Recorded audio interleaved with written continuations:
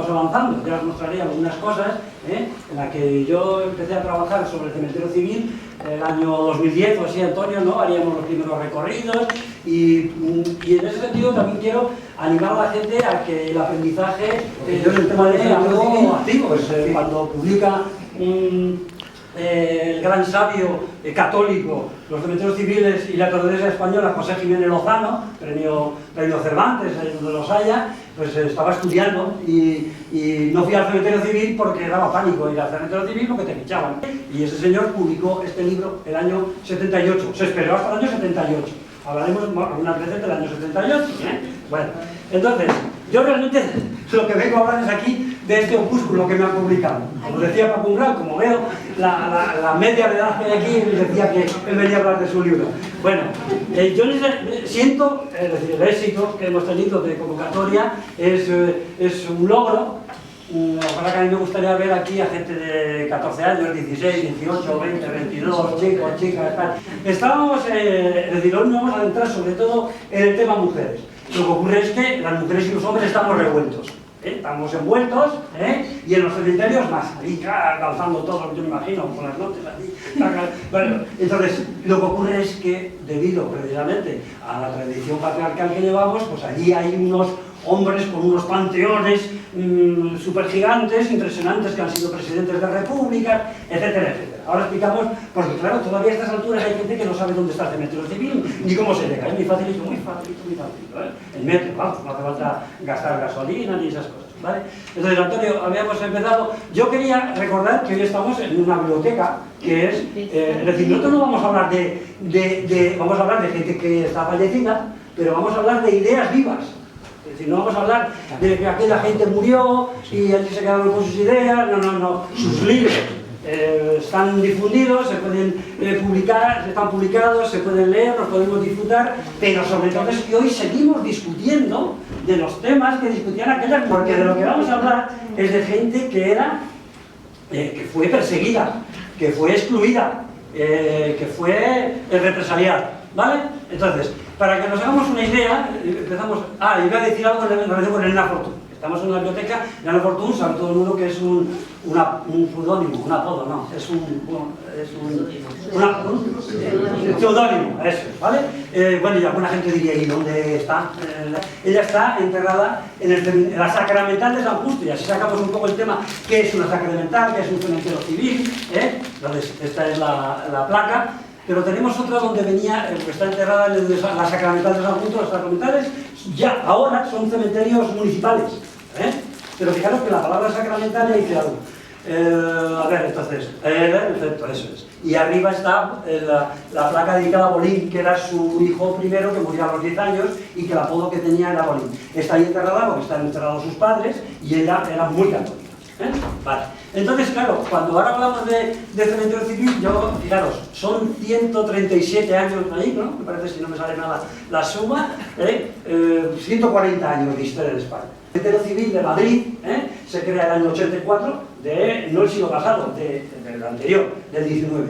Estamos entonces en un periodo histórico trascendental en la historia, bueno, todos los periodos históricos de España son trascendentales. En aquel momento era una transición, o una transacción, es decir, la restauración borbónica, entonces estamos en ese pleno, es decir, el reinado de Alfonso XII, después el reinado de Alfonso XIII, con su dictadura y su dictadura blanda. La Primera República había sido antes, ¿vale? Entonces tenemos una Segunda República, que los madrileños tuvisteis la suerte de que duró un poco más, duró del año 31 al año 39. Como Madrid era una ciudad cercada, pues duró hasta justo el final de la guerra, y cuando el Casado dijo, venga, que ya se acabó y ya está, ¿vale?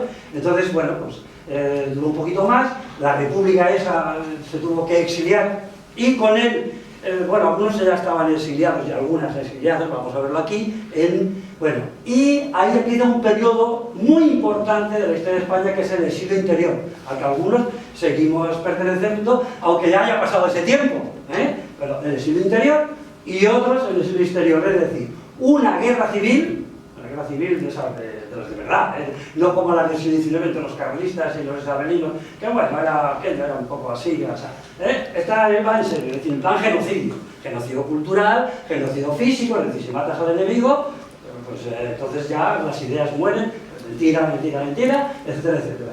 Y vamos a hablar, fijaros, de una dictadura de casi 40 años, la que yo fui componente. Yo tenía todavía 17 años y cantaba el Carasol de Nick Buff, un grito pelado en Burgos, pero era lo que tocaba, y además yo a mí no me había robado nadie de otras cosas, yo era una familia carlista, etcétera, etcétera. Y así, no nací demócrata, y aún así me cuesta, bastante, pero bueno. Repasando un poco la historia, yo creo que también importa mucho en esto que llamamos la educación, el aprendizaje, es que uno repase su propia vida, dónde ha estado, y lo correlacione con estas cosas que acabo de decir. Vamos a hablar de gente allí, en el cementerio civil. Me he saltado la idea de qué es un cementerio civil, es decir, casas de pueblo civil, casas por la iglesia, ¿no? Es decir, lo que ocurre es que allí había gente que pertenecía a otras iglesias, porque la Iglesia Católica, todos sus seguidores, y toda la cúspide, y todo, es decir, no es que solamente los obispos, el Papa, el derecho canónico, no querían estar con nosotros, ni después de muertos.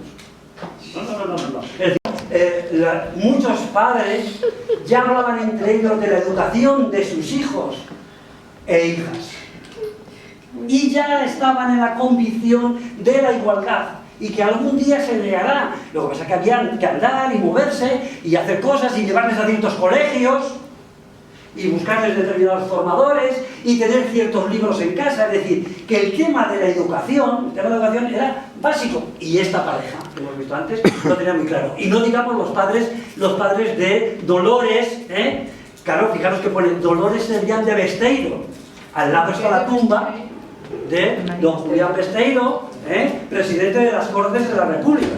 Bueno, pero no vamos a hablar de eso, ¿vale? Mercedes Cebrián Fernández de Villegas, es decir, es su hermana. Entonces son personas que nacen en Salamanca, en un ambiente de catedráticos de la universidad, y que tienen una formación excelente en el sentido ético, estético, cultural, de tal forma que se forman ya para vivir por sí mismas. Es decir, estamos hablando de catedráticas de universidad, de personas que publican libros, que son traductoras, etcétera, etcétera. Lo que pasa es que a esta mujer lo que le pasó es que le atropelló la guerra. La guerra, es que hemos dicho antes, la atropelló la guerra porque estaba emparejada con el presidente de las Cortes Españolas, que fue sometido a una persecución tremenda. Murió en la cárcel de Carmona en el año 40, ella, fijaros qué año muere, en el año 73, y como estaba casada con ella, tenía además hijos, y además compartían el mismo ideario de la institución libre de enseñanza, porque eran alumnos. Si os fijáis en la estética de esta tumba, y pusiéramos lo de Cosío después, ya lo veremos, son tumbas con una lápida muy sencilla, de granito, de la Sierra de Madrid, institución libre de enseñanza, van a ir de excursiones, ir a los museos, salir, colegio Arcángel, Tracatraca, colegio Estilo, colegio Estudio, es decir, que la memoria no se ha roto. Seguimos ahí, ya lo veréis un poco esta tarde, porque tengo la complicidad de dos personas que están asistiendo y un audio que vamos a poner, etcétera. Es decir, que en las casas, se hablaba bajito, claro, de ciertas cosas, de ciertas casas, mañana, de ciertas casas se hablaba, porque el siglo interior existió, y seguramente muchos de vosotros y de vosotras estabais en esos ambientes, tuvisteis la suerte, bueno. Entonces, vale, Laura de los Ríos, es decir, vamos a decir nombres, personas, luchadoras que viven en el auxilio de ida y vuelta en este caso. Laura de los Ríos, y pone viuda de García Lorca, el de arriba, Francisco García Lorca. ¿Qué le vamos a hacer? Es decir, en efecto, hombres y mujeres unidos en la misma lucha. Es decir, Laura conoce al que fue después su marido, Francisco, porque era muy amiga de Isabel. Pasaban las vacaciones, el testimonio que nos ha dado Carmen del Moral Ruiz, que es una catedrática de la universidad, que ya está jubilada, amiga nuestra, nos ha enviado un audio, pero claro, como la gente que me rodeo yo habla casi tanto como yo, pues le dijimos que 3 minutos y nos ha hecho 7 y no sabemos por dónde cortar. Ha habido un problema técnico, entonces no podemos oír el audio, pero bueno, se conocen en Nerja, en las vacaciones, entonces después de la guerra vuelven aquí, asociados a la Fundación Federico García Lorca, su hija, etcétera, etcétera. Pero fijaros los apellidos. Giner de los Ríos, etcétera, los Giner, es decir, son lo que hemos llamado la élite intelectual y cultural de España, que pertenecen a la burguesía. Claro, sí, son burgueses. La institución libre de enseñanza no se entiende sin esta gente con pasta. Bueno, a ver, lo podemos decir de otra manera.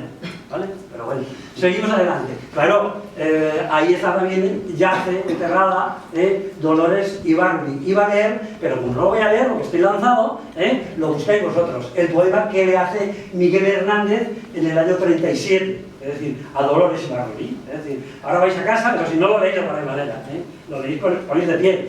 Respiráis hondo, cogéis el móvil, que está en internet, y lo leéis y tal, y lo leéis de emoción y decís, claro, era un poema coyuntural, el año 37. Y fijaros cuando se muere Dolores, el año 89, recordaréis su entierro, supongo, que incluso estaría, es casi no puede ser. Si viene aquí la gente que ya está en estas cosas, ¿qué os voy a contar yo de Pasionaria? Pues no quiero contaros nada, porque podríamos entrar en un debate intenso y cálido, ¿vale? Bueno, y habéis visto de refilón, lo siento, a un gran poeta. Seguimos, ¿vale? Bueno, estas son las tumbas de la Institución Libre de Enseñanza, que están nada más entrar en el pasillo central, aquí los Almerón, aquí la Pasionaria, junto a Pablo Iglesias Pose. Es decir, Pablo Iglesias Pose. ¿Vale? Pose, sabéis que lo recuerdo, porque hay otro Pablo Iglesias, que es aquí ya de mejor iba a decir, pero no. Bueno, entonces, bueno, las tumbas son muy sencillas, solamente la fecha, y fijaros, Natalia Bartolomé Cosío López Cortón de Alberto Jiménez Frau, el director de la residencia de estudiantes. Pero claro, esta mujer, por sí misma, gracias a ella, aunque no se les dado cuenta, sabemos tanto del Greco debido a ella. Lo que pasa es que muchas veces lees cosas interesantes y no te fijas quién, te fijas en lo interesante que es, no sabes el autor, y si el catedrático de turno, Azcárate por ejemplo, pues vamos, no dijo que, pues no, fue su padre el que lo hizo, no, eso nada. No, ella es una señora, vamos, de esas de intelectuales, progresista, metida en tinglao, y no se puede entender la residencia de estudiantes sin el cafetito que ponía. Lo que pasa es que, claro, a la mujer le tocaba a veces ciertas cosas, y Jiménez Frau no le hemos sometido todavía así a... ¿Qué pasa con Carmen Castro de Dinabeitia? Pues una señorita que nace en San Sebastián, en un ambiente de una intelectualidad y una ciencia increíble, en un ambiente laico, porque su padre era uno de los grandes médicos que ha habido en este mundo, súper sabio, cerca de la frontera para por si acaso, porque es frecuente que pasen esas cosas en España, ¿sabes? Estás allí, te vas. Bueno, y entonces Carmen Castro, por una serie de coyunturas de la vida, conoce en Ginebra al que es el filósofo, entonces ella se queda apagada. Pero ella saca las oposiciones de secundaria para dar clase en Avilés, y se va a Avilés a dar clase y se gasta la vida por su cuenta. Es una gran traductora, claro, hemos puesto aquí una foto icónica, claro, y mira, anda, Irene Falcón, me suena, pues no se llamaba Irene Falcón tampoco, claro, está en el Columbario, porque el cementerio civil, que habéis visto muy rápidamente el mapa, bueno, por ejemplo, esta señora, dice Elena Odena, que se llama Benito Manuza. Es que mucha gente, como están perseguidos por la policía, pues entonces tienen diversos nombres, y en París se cambian de nombre, porque claro, bueno, entonces, esta señora, y diréis, ¿y eso del PCML y tal? Ay, pero si os digo el FRAP, por ejemplo, entonces ya todo os suena, y decís, anda, resulta, claro,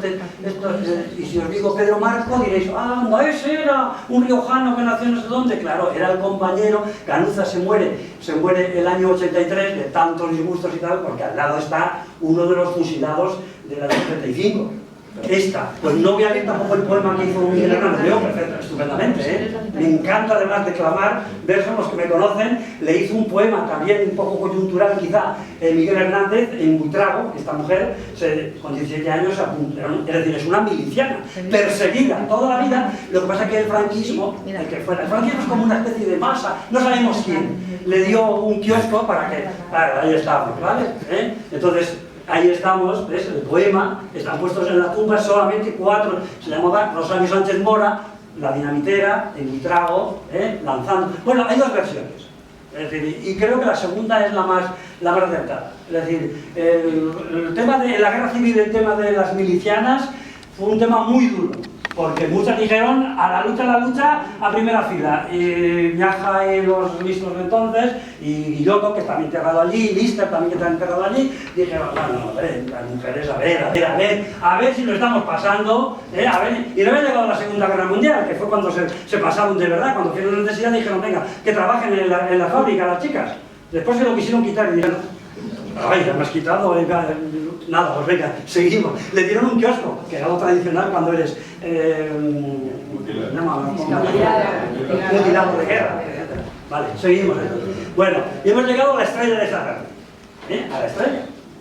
Y es sencillamente una madre de familia que tuve yo la coyuntura de conocer en el Colegio Arcángel, que está aquí cerca, que no tiene nada que ver con los Santidad ni con los Arcángeles. Es un colegio laico, muy chiquitito, que se funda en el año 61, donde entre el olor de unos y otros se refugiaban pues, los de la UMD, los algunos eran del Partido Comunista, tal y cual. Y esta señora tuve la suerte de conocerla, y yo cuando fui enterando, yo sabía que había sido la República, había estudiado la Unión de Lara y tal, pero el colegio estudio, anda, el colegio estudio, en Valencia, claro, Valencia, claro, no, es que yo procedo de una familia súper rica, donde mi padre mi abuelo se relacionaba con Blasco Ibáñez, los republicanos de Valencia, Esta mujer se comprometía tanto con los profesores del colegio que nos acompañaba, porque nosotros no podíamos salir si no iban con nosotros las madres, las madres, en este caso eran las no eran los de Lampa ni nada de eso,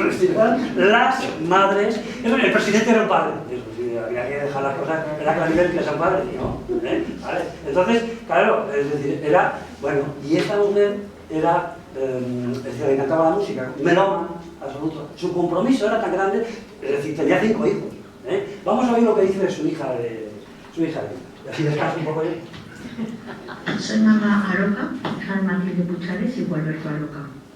Reflexionando sobre los valores que nos han transmitido nuestros padres, que es parte de lo que me pedía Daniel para esta pequeña colaboración, pensé que la primera decisión que tomaron, que fue la de matricularnos en el Colegio Arcángel, sin duda fue lo que marcó una intención clara de educarnos de una manera diferente a los usos y costumbres de la época. Lugar que además es el vínculo que tenemos con Daniel.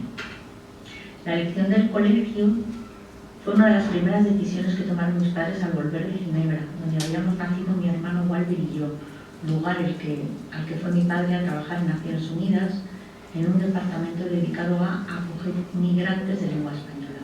A la vuelta, descartados el liceo francés por lejanía, los colegios públicos próximos por el estado en el que encontraron la educación pública en el año 63-64, cuando volvimos, y los colegios religiosos por convicción, iniciaron una búsqueda por el barrio. En este proceso de búsqueda conocieron a Manolita y se enamoraron del proyecto incipiente del Arcángel, no reconocido oficialmente por ser laico, y se arriesgaron a matricularlos en un chalet en el que tan solo había 2 aulas, la mía con 9 alumnos y la anterior con 4. Por eso considero que la elección del colegio fue la primera transmisión de valores, un lugar cercano al que pudiéramos ir andando, tener cerca los amigos, pequeño, familiar, laico, con una metodología inspirada en la institución libre de enseñanza en la que estudió mi madre de pequeña en Valencia y de la que nos ha contado siempre muchas cosas. Quizá también haya sido determinante para... Claro, sí, porque ahí cuando le das opción a la gente a que hable, pues son como yo, es decir, de dejar el público y al micrófono lo amamos. Algunos incluso hasta salimos bien de la cámara. Venga, seguimos, es decir, fijaros lo que ha dicho.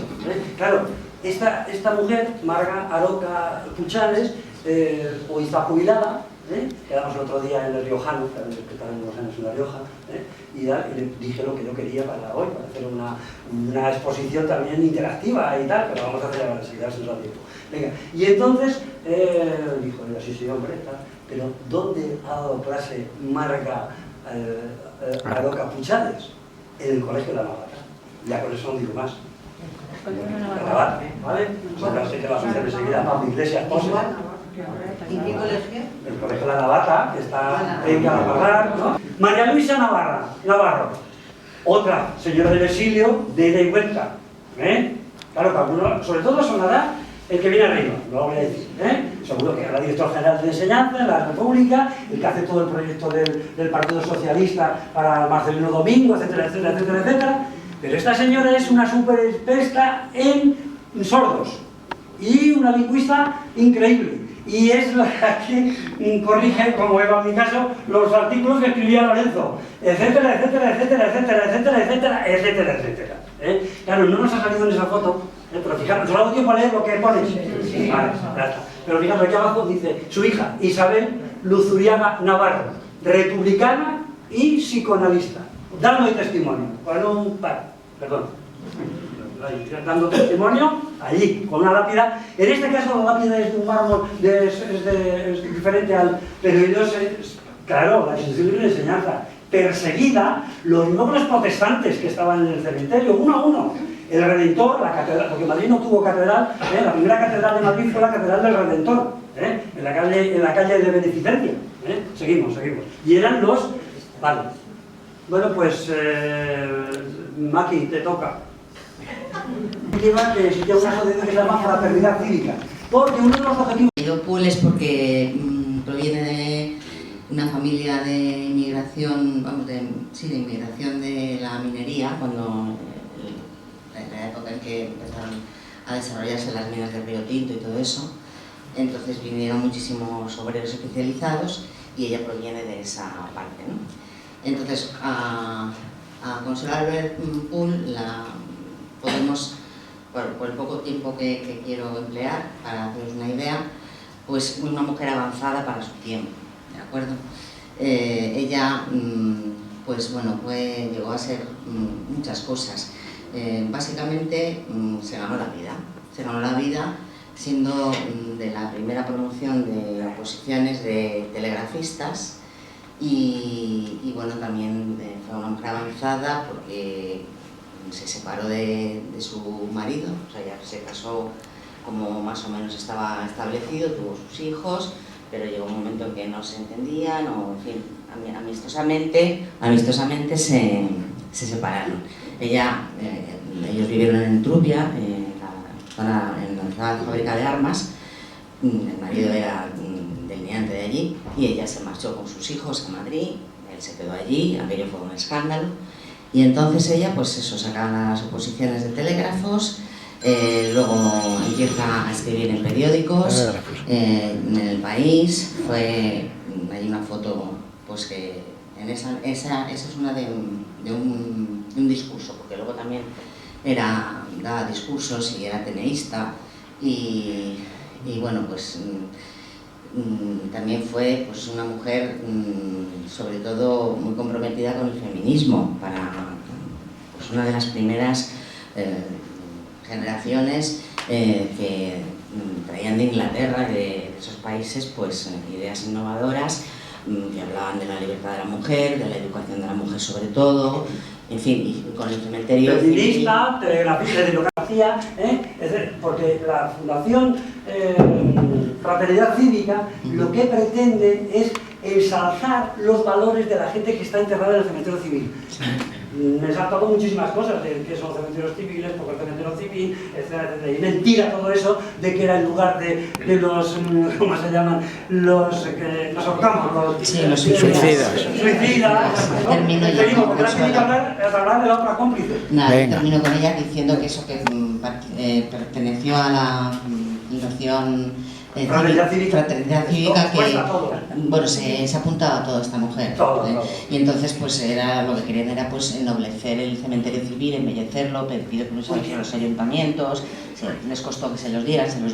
Bueno, al final esta mujer pues estuvo con Victoria Kent, estuvo con Campo Amor, apoyando a Campo Amor, y al final pues bueno, cuando pasó todo lo que pasó, que todos sabemos, con 70 años es declarada...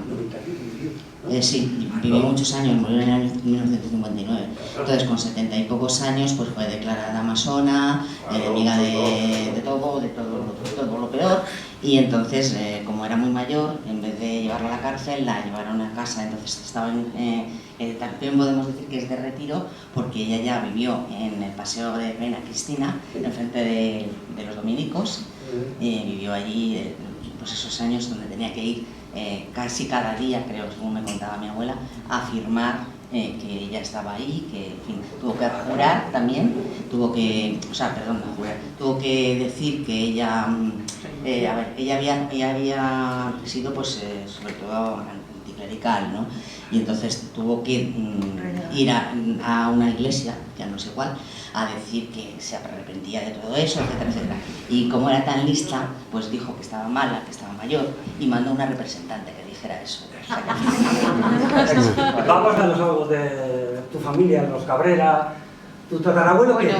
¿Tu tatarabuelo qué era? Mi tatarabuelo fue el primer obispo de la fundación de la catedral que está en la calle de Beneficencia, catedral anglicana, que se juntó con Prim para defender la libertad religiosa en España, fue el primero.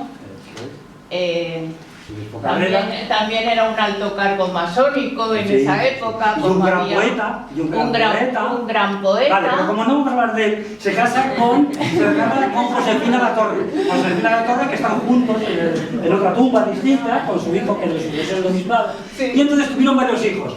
Entre ellos, un sabio también, no sé cuántos, bueno. Y esta chica, Matilde Cabrera Latorre, que se casa Matilde Cabrera Latorre, que se casa con Julio Diamante Menéndez, que formaba parte del gobierno de Azaña y que falleció en la cárcel represaliado porque no se quiso ir con el resto del gobierno a Francia. Era director de caminos y tuvieron a mi abuelo Julio Diamante Cabrera, que ingeniero, evidentemente también de izquierdas y republicano, y que fue famoso también por la estrategia en la batalla del Ebro. Todavía en las escuelas militares se habla de esa estrategia. En el franquismo se llegó a decir que eso había sido idea de los rusos, que en España no podían ser tan listos, que consistía en que durante el día se metían en el Ebro unos puentes levadizos y durante la noche salían a la superficie para que pudiese cruzar. Mi abuelo también, además de estar bastantes años en la cárcel, fue represaliado, tuvo que trabajar era ingeniero de caminos y tuvo que trabajar como negro para otros ingenieros porque no le dejaron ejercer libremente Y bueno, y mi abuelo, que también ha escrito algún libro, se casó con mi abuela Pilar Estil y tuvieron a mi padre, Julio Diamante, director de cine. ¿Del Partido Comunista? Del Partido Comunista. Disidente después. Que fue un poco dirigente de las primeras revueltas estudiantiles en España. También estuvo en la cárcel, evidentemente. Y le fue mal hasta que en televisión tuvo unos amigos que le pusieron unas películas. Y bueno, y efectivamente... Porque la gente se juntaba y se unía para ver cómo podían salir adelante. Es lo que yo quería, porque él lo reconoce, lo dice, etcétera, etcétera. Separar a los hombres de las mujeres, otra cosa es la gran diferencia de trato, etcétera, etcétera. Pero yo quería terminar con esto para que vierais lo que es una familia. Hemos terminado hablando de hombres. Es inevitable, pero lo podemos evitar. Entonces, hacemos lo posible por evitarlo y seguimos adelante. Claro, a ver, Josefina Sampere Rosas, una chica de Orán, que llega allí un refugiado que había escapado de un campo de concentración en Marruecos y como tiene 17 años, a los 17 años la vi se enamora. Claro, hacía jerseys, pero hacía muchas más cosas. Muchas más cosas. Ahí están sus documentos. Seguimos.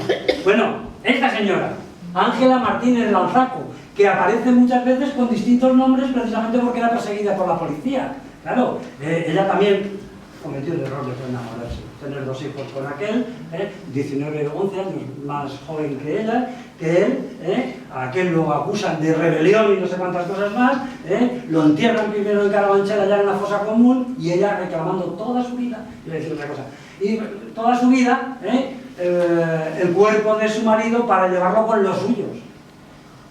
Y estaba en París con sus 2 hijas. Lo cuenta muy bien la hija de ambos. Aquí, fijaros, y Esperanza. ¿No creéis que es que tiene Esperanza? No, no, no, no. Es Esperanza, una chica de su pueblo, de no sé qué, del Romeral, del Valle de Paz, una científica ecologista donde las haya, trabajando de catedrática en la Universidad de Biológicas de aquí, defendiendo que no se hace el pantano en el ¿os acordáis de aquello de la Pagoda es nuestra? Con Barrio Nuevo, es que hay cosas que no se pueden decir en otros sitios, pero en otros sitios aquí. La Pagoda es nuestra, con Barrio Nuevo y tal y cual. Pues ahí estaba Esperanza, con Esperanza, es decir, con Esperanza de Cartundía, y fijaros, el epitafio. Ya terminamos, yo creo, ¿no? El epitafio lo habéis leído, es de Bergamín, de José Bergamín. Y terminamos con esta. Claro, el cementerio civil, ¿qué es también hoy? Un lugar de memoria histórica, de esto que estamos llamando la memoria histórica.